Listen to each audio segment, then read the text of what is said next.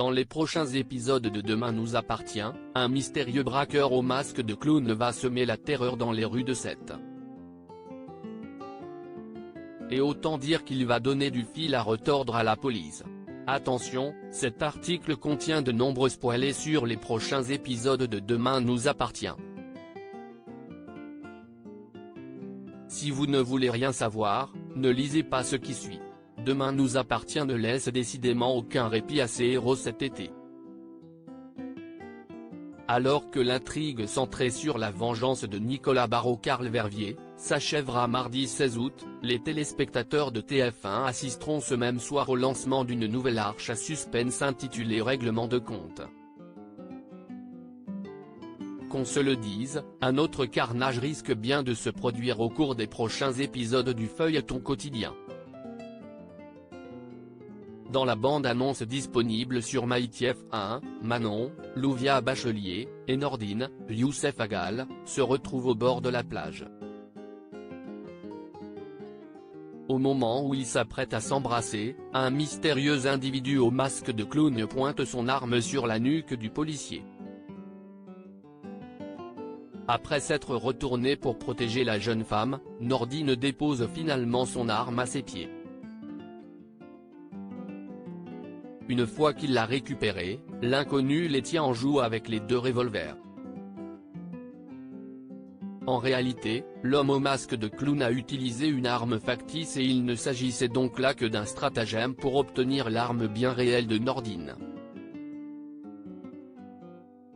Si Manon et Nordine s'en sortiront fort heureusement sans la moindre égratignure, la police va se lancer dans une course contre la montre pour retrouver ce malfaiteur au plus vite. Et la tâche s'annonce compliquée.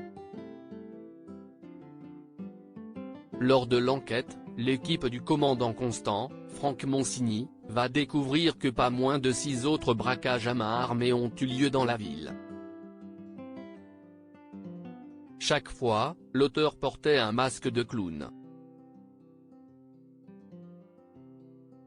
De son côté, le braqueur a bien l'intention de monter en puissance et de s'en prendre à plusieurs héros de la série, à commencer par Charlie, Clémence Lassala. En effet, cette dernière est en train de compter sa caisse lorsqu'il braque une arme sur elle en exigeant qu'elle lui remette l'argent. Mais ce n'est pas tout. Victor Brunet, Farouk Bermouga, comptera lui aussi parmi ses victimes et se fera subtiliser sa voiture. Toutefois, l'homme d'affaires avait fait installer une balise GPS sur son véhicule, ce qui permettra à Martin d'engager une filature.